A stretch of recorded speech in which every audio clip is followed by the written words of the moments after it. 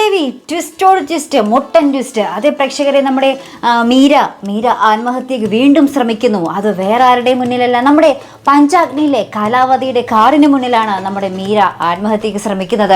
അങ്ങനെ നമ്മുടെ കലാവതി മീരയെ രക്ഷിക്കാൻ നോക്കുന്ന ദൃശ്യങ്ങളും നമുക്ക് കാണുവാൻ സാധിക്കുന്നുണ്ട്. അപ്പുറത്താണെങ്കിൽ നമ്മുടെ ഗിരീഷ് മാഷ് നമ്മുടെ പ്രകാശിനെ നല്ലോണിട്ട് കുടയുന്നുണ്ട്. നീ എന്താണ് മീരയോട് പറഞ്ഞത്, നിങ്ങൾ തമ്മിൽ വല്ല ബന്ധമുണ്ടോ എന്നൊക്കെ നമ്മുടെ ഗിരീഷ് മാഷ് ഇങ്ങനെ ചോദിച്ച് നമ്മുടെ പ്രകാശ് ഒടുവിൽ സത്യങ്ങളൊക്കെ അവിടെ തുറന്ന് പറയുന്നുണ്ട്. അപ്പുറത്താണെങ്കിൽ നമ്മുടെ ദേവിയെ നമ്മുടെ പ്രഭാവതി ഇട്ട് കുടയുന്നുണ്ട്. ഇവിടെ എന്തൊക്കെയോ നടന്നിട്ടുണ്ട്. അത് കണ്ടിട്ടാണ് നമ്മുടെ മീര ഇവിടെ നിന്നും ഇറങ്ങിപ്പോയത്. ഇതിൻ്റെ പിന്നിൽ എന്താണെന്നുള്ള ഒരു കാര്യം നിനക്ക് അറിയില്ലെങ്കിൽ നീ ആ താലിയിൽ തൊട്ട് സത്യം ചെയ്യണം എന്നൊക്കെ നമ്മുടെ ദേവിയോട് പറയുന്നുണ്ട്. അപ്പോൾ ദേവി ആ ഒരു താലിയിൽ തൊട്ട് സത്യം ചെയ്യാൻ പറയുമ്പോൾ നമ്മുടെ ദേവി ഇങ്ങനെ ഒരു പകച്ചു നിൽക്കുന്നുണ്ട്. നമ്മുടെ നന്ദനും ഇങ്ങനെ ഞെട്ടി നിൽക്കുന്നുണ്ട്. കാര്യം അറിയാൻ പാടില്ലെങ്കിൽ താലിയിൽ തൊട്ട് സത്യം ചെയ്യാനാണ് നമ്മുടെ പ്രഭാവതി പറഞ്ഞിരിക്കുന്നത്. അപ്പോൾ അവിടെ എന്തായാലും ഒരു കുഴയുന്ന ഒരു അവസ്ഥ അവിടെയും കാണുവാൻ സാധിക്കുന്നുണ്ട്.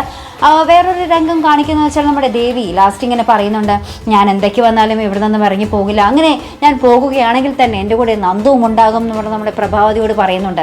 അപ്പോൾ അവിടെ എന്തൊക്കെയോ കാര്യങ്ങൾ കിടന്ന് പോകുന്നുണ്ട്. അപ്പോൾ എന്തായാലും നമുക്ക് കാത്തിരുന്ന് കാണാം അവിടെ എന്തായിരിക്കും സംഭവിച്ചിട്ടുണ്ടാകുക.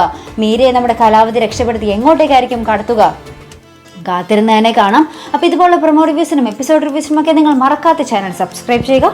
അടുത്തൊരു വീഡിയോ വരുന്നത് വരയ്ക്കും ഗുഡ് ബൈ.